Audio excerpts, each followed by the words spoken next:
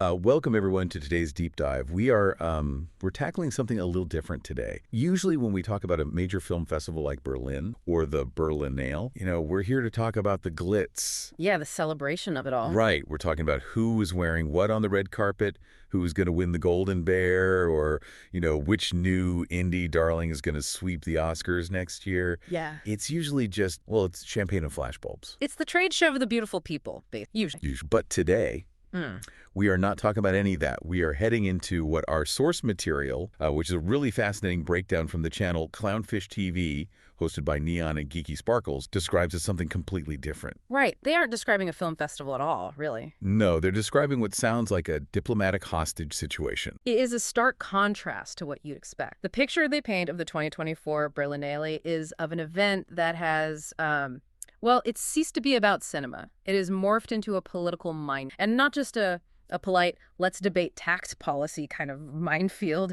We are talking about high-stake, career-ending, reputational landmines. And what I found so compelling about this discussion and what we want to share with you today is that it highlights a major fracture. I think for the last 5 or 10 years, we've been so used to a very specific rhythm in Hollywood. Oh, absolutely. The rhythm of immediate response. Exactly. Something bad happens in the world, and every celebrity rushes to Twitter or Instagram or the nearest microphone to issue a statement. Right. What a lot of people call the silence is violence era. Yeah, the silence is violence era. But this deep dive we're doing into the Clownfish TV commentary suggests that era might actually be cracking. We are seeing a real clash right now. On one side, you have activists who are demanding that celebrities use the Berlin platform to, specifically to condemn Israel regarding the Gaza conflict. And on the other side, you have a growing faction of actors who are, they're looking for the exit. They're looking for the exit. They're looking for a sick note. Or they're just looking for any way to say no without getting completely canceled. The Clownfish TV hosts actually call this the Normie Revolt. The Normie Revolt. I love that term. Let's unpack that for everyone listening. So it's the idea that the general audience, the normies, the people who actually buy the movie tickets and pay for the streaming subscriptions, they are just exhausted. They're tired of it. Yeah, they're tired of the lectures. They're tired of the constant posturing. And the actors, perhaps for the first time in a long while, are realizing that if they keep catering exclusively to the loudest activists in the room, they might lose the actual paying audience entirely. So that is our mission for today's deep dive. We're going to look at the specific strategies these celebrities are using right now to dodge these political questions. Because let me tell you, they are getting incredibly creative. They really are. We've got Ethan Hawke dispensing some very unexpected spiritual counsel. We have what we're calling the sick day strategy from Amy Adams. Which, by the way, is just an absolute masterclass in risk management. Oh, we are definitely going to get into the mechanics of that. And we are also going to talk about the open letter revolt against the festival jury head, Wim Wenders. But before we get to the strategies, we have to talk about the setting itself. Because, you cannot understand why this is such a specific disaster without understanding exactly where it is happening. Berlin. The German context here is the massive elephant. Right, because as we'll see, asking a German institution to formally condemn the Jewish state carries a historical weight that makes this whole situation absurdly volatile. The sources point out how tone-deaf it is. We actually have a story coming up later about Volkswagen and the Transformers movies, specifically the Bumblebee character, that perfectly illustrates just how terrified Germans are. It is a wild... It really is. So let's just dive right in. I want to start with what we're calling the stay-in-your-lane strategy. Because for a long time, the unwritten rule was, if you have a platform, you have to use it. And if you don't use it, you are complicit. But our source highlights a very specific moment from the Berlin press conference with Ethan Hawke that suggests the vibe is actively shifting. It's a hugely significant shift. Yeah. So to set the scene for you listening, Ethan Hawke is there at the festival to promote his new film, The Wait. He is sitting at one of those long, intimidating press tables. There are microphones everywhere, cameras are flashing, and inevitably a reporter asks a question. And I'm guessing they didn't ask about his character's motivation? Not at all. They didn't ask about his acting method. They didn't ask about the script or the director. They asked him about the responsibility of big name to speak up on fascism. Which is just the classic trap question, isn't it? Oh, absolutely. It is a total trap. If he says, yes, we absolutely must speak up, the immediate follow-up is, okay, then condemn this specific person or condemn this specific country right now. And if he says no? If he says no, he looks like an out-of-touch privileged elitist who just doesn't care about the suffering in the world. So he's completely cornered. He is cornered. And Hawke, he takes a beat, he really thinks about it, and then he drops this line that the Clownfish TV hosts point out perfectly captures the sheer exhaustion of the entire industry right now. He says, and I quote, "The last place you probably want to look for advice in your spiritual counsel is a bunch of jet-lagged drunk artists talking about their films." Jet-lagged drunk artists. I just have to stop you there, because that specific phrasing is doing so much heavy lifting. It is a brilliant rhetorical maneuver. It really is. But let me play devil's advocate for a second here. Is it just a cop-out? I mean, we're talking about Ethan Hawke. He is wealthy, he's highly influential, he's known for being very well-read and thoughtful. Is he just playing the fool to dodge the question and protect his movie's box office? Well, that is certainly the cynical. And the source notes that I'm sure the activists in the room took it exactly that way. But you have to look at how he framed it. He didn't just say no comment, which always sounds defensive and guarded. He didn't get angry at the reporter. He systematically dismantled his own pedestal. Dismantled the pedestal. What do you mean by that? Think about it. For years, celebrity culture has elevated actors to the status of moral philosophers, or almost like secular saints. We're supposed to look to them for guidance on how to live, how to vote, what foreign policy support. Hawke is effectively dragging that statue down and just smashing it on the floor. By calling himself and his peers drunk, jet-lagged artists, he is using aggressive self-deprecation as a shield. Oh, I see. He's basically saying, I am deeply unqualified to lead. Exactly. He's saying, I'm a mess. I'm tired. I am barely functioning right now. Do not ask me how to solve a decades-old geopolitical conflict. Which, when you think about it, is a very strategic pivot because it validates the audience's fatigue, right? It signals to the normies out there, hey, I know you're utterly sick of being lectured by rich people, and I promise you right now, I am not going to lecture you. Precisely. It turns the entire power dynamic upside down. Instead of speaking from a place of Hollywood authority, he speaks from humility, or at least a very well-performed humility. And the reaction in the room that the source points out tells you everything you need to know. Right. Neon and Geeky Sparkles mentioned that there was actual laughter and applause in the press room after he said that. That is a huge detail. That wasn't just polite golf clap applause. That was palpable relief. The journalists in that room, at least the ones who aren't purely there as activists, were probably thinking, oh, thank God. Finally, someone who isn't going to give us a 10-minute self-righteous sermon that we're going to have to transcribe. It just completely broke the tension. But what's interesting is that he didn't just leave it at a self-deprecating joke. He then pivoted to a philosophy that Clownfish TV highlighted, and I think it's really vital to understanding this shift. He started talking about the power of cinema. Right. He used this really beautiful analogy about dreaming. He said something along the lines of, you know how every night we all dream, and those dreams kind of heal us and get us ready to face the next day? Mm-hmm. He framed cinema as this collective, international dream life. Which is a very poetic, high-minded way of saying escapism. It is. But it elevates the concept of escapism. He is arguing that escapism isn't just a shallow distraction or ignorance of the world's problems. He's framing it as a necessary biological and psychological function. We literally need to dream to survive reality. So if cinema is our collective dream, its primary job isn't to be a blunt political tool or weapon. Its job is to help us heal so we can actually wake up and face the real world. Exactly. So in his view, if you interrupt that dream state to shout about specific policies or demand condemnation, you actively break the healing mechanism of the art itself. Now, he did briefly mention fighting institutional greed and malevolence, but notice how incredibly broad those terms are. Yeah, greed and malevolence. Who exactly is running on a pro-greed, pro-malevolence platform? Nobody. Right. He kept it universally relatable. He absolutely refused to get dragged into the specific, highly divisive politics of the current moment. He kept the focus on the shared human experience. But, as the source points out, not everyone at the festival was as smooth at navigating this as Ethan Hawke. We have to talk about Ron Weasley himself. the man, the myth. He was there in Berlin, too.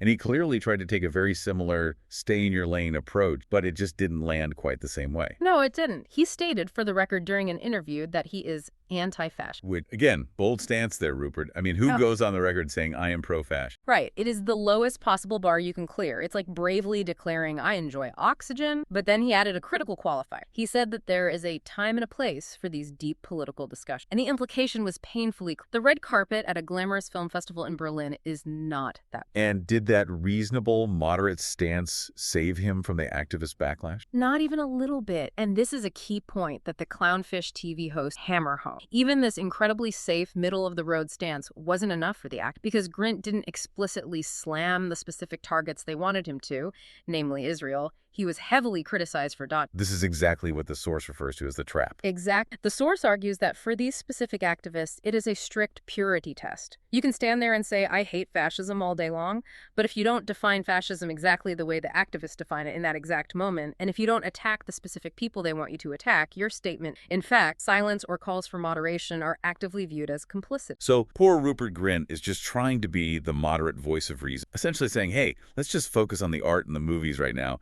and he gets dragged for it online. It really highlights the central argument the Clownfish TV hosts are making. There is simply no winning this game. It is a complete zero-sum game. Right. If you speak and say the wrong thing, you are canceled by the internet. If you stay silent, you are deemed complicit by the activist. If you try to play the middle and be moderate, you are called a coward. You cannot win. You cannot win by playing. But if you can't win the game by playing it, maybe the only actual winning move left in Hollywood is to just not play at all. Which brings us perfectly to the next strategy discussed in the source material. If you know you can't win the press conference, you just don't show up to the press conference. Enter Amy Adams. The sick day maneuver. I have to say, I relate to this on a deeply personal level. Sometimes you just cannot deal with people and you need to stay home. We have all been there. So here's the situation. Amy Adams has a major film premiering at the festival. She is a massive A-list star.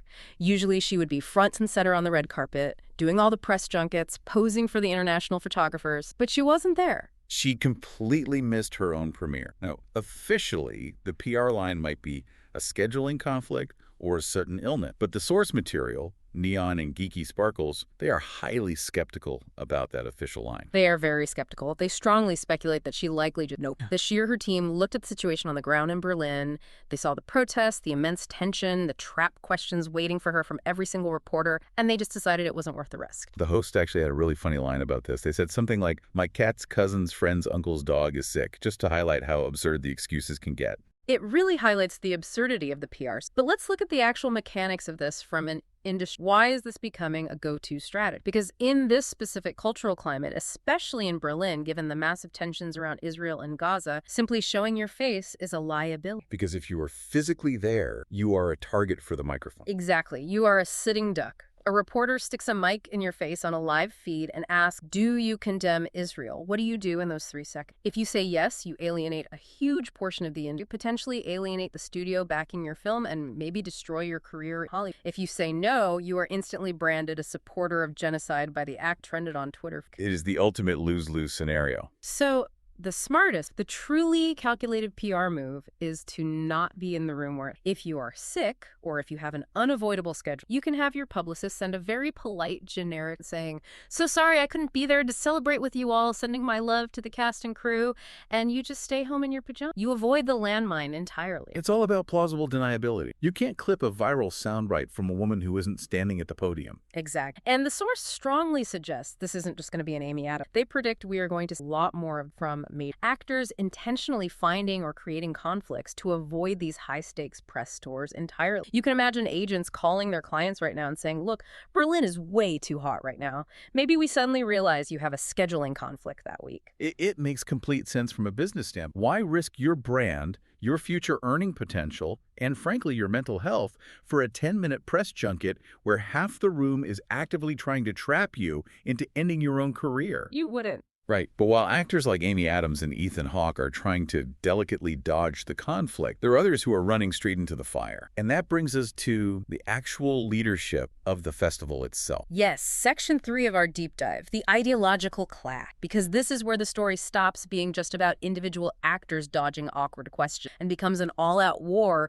over the very soul and purpose of the film fest itself. And right at the dead center of this storm is Wim Wenders. the legendary German filmmaker. He was the jury head this year.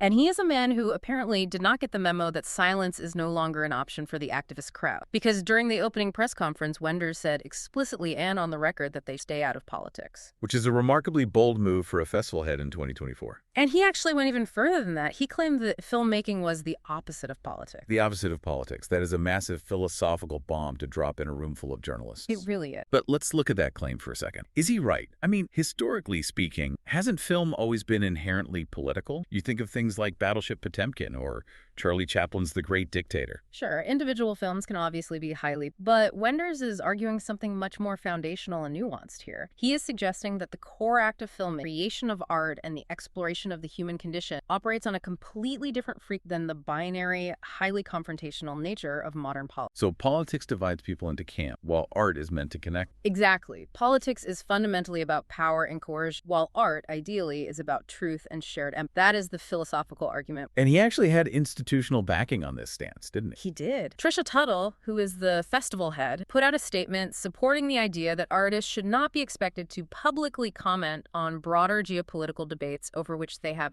They were clearly trying to draw a line in the sand for the institution. They were trying to say, hey, we are a film festival, we show movies, we are not the United Nations. But I'm guessing the activists didn't just nod respectfully and say, fair point, Wim, let's watch some indie films. Oh, definitely not. This kicked off a massive, highly publicized revolt. And this is where we get the infamous open letter. Ah, the open letter. It really is the favorite weapon of the modern Hollywood elite. It is the standard operating procedure for any grievance. So in direct response to Wenders saying, let's stay out of politics, about 80 people signed the scathing open. And we are talking about some very big names in the industry, like Tilda Swinton, Javier Bardem, Adam McKay. The heavy hitters, Yeah. the prestige crowd.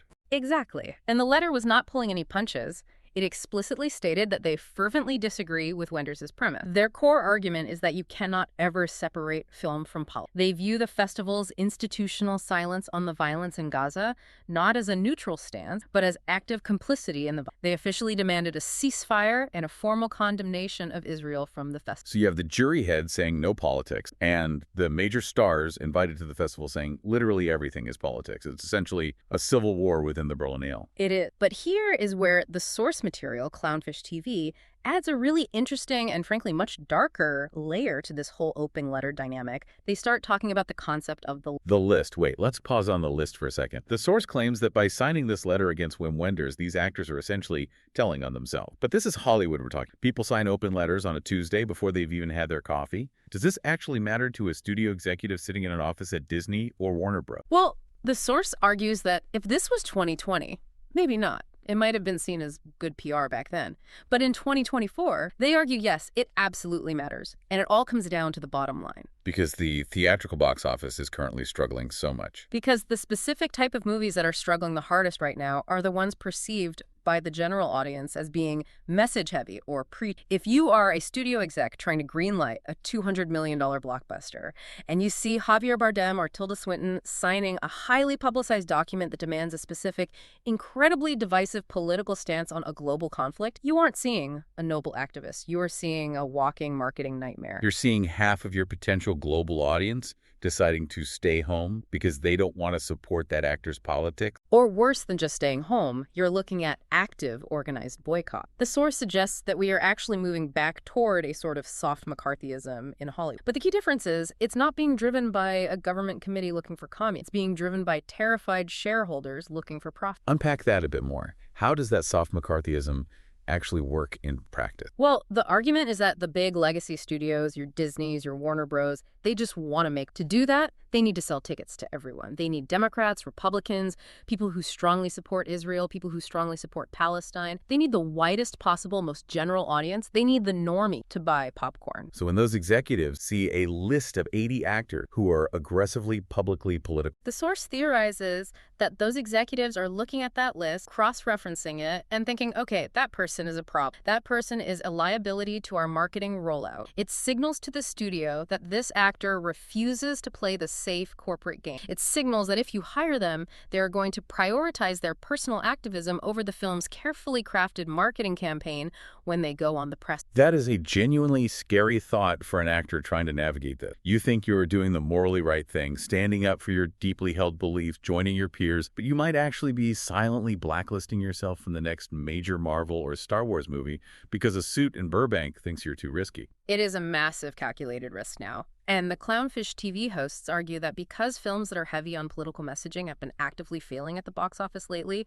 the studios are even more hypersensitive to this than they were a few years. The studios want entertainers to sell their product, not pundits, to alienate the buyers. So we have the avoiders like Adams hiding out, the institution like Wenders trying to hold the line for art, and the activists trying to tear that line down. But to truly understand why this specific clash in Berlin is so explosive, we have to talk about the massive elephant in the physical location. Yes. Section 4 of our analysis, the irony of the setting. We simply cannot ignore where this entire drama is. The source material is absolutely flabbergasted by the odds. They couldn't get over it. You have wealthy celebrities flying on jets into Berlin, Germany. The actual capital city of Germany. Right. They fly there to publicly demand that the German government and a German state-funded cultural festival issue a formal condemnation of the Jewish state.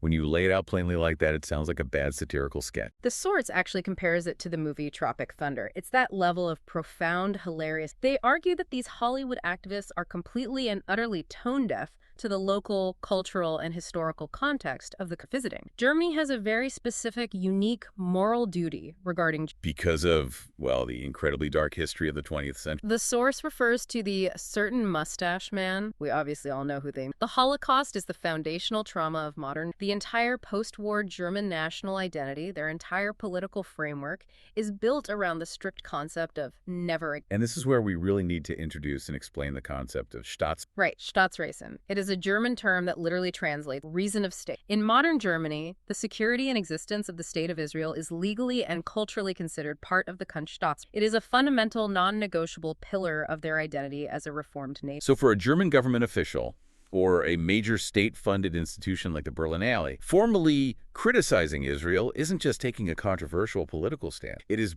breaking a massive, deeply ingrained national taboo. It is stepping on the biggest landmine possible. It is culturally seen there as failing to learn the horrific lessons of their own past. So when these Hollywood stars show up on the red carpet and start demanding official condemnation, the German hosts are looking at them like, are you completely crazy? Do you know where you are standing right now? Do you know what our grandfathers did? It just shows a staggering lack of global awareness. It's essentially globalizing American political discourse and demanding everyone else adopt it without giving any respect to the very real, very heavy local history. And to really drive this point home, the Source provides this incredible anecdote to illustrate just how deeply sensitive Germany usually is about its history and its global. The Volkswagen. Oh, I love this part of the deep dive. Tell everyone about Bumble. Okay, so to truly understand the depth German historical, Clownfish TV points us toward the Transformers. We all know the character. Sure, the yellow robot. In the original 1980s cartoons, he was a classic yellow Volkswagen Beetle. It was iconic. Right. But when Michael Bay started making the live-action Block 1000, Bumblebee was suddenly a Chevy Camaro. Why the change? I think most people, myself included, always just assumed it was standard Hollywood product. Chevy probably just wrote a bigger check than Volkswagen. And that was definitely part of the final business, sure.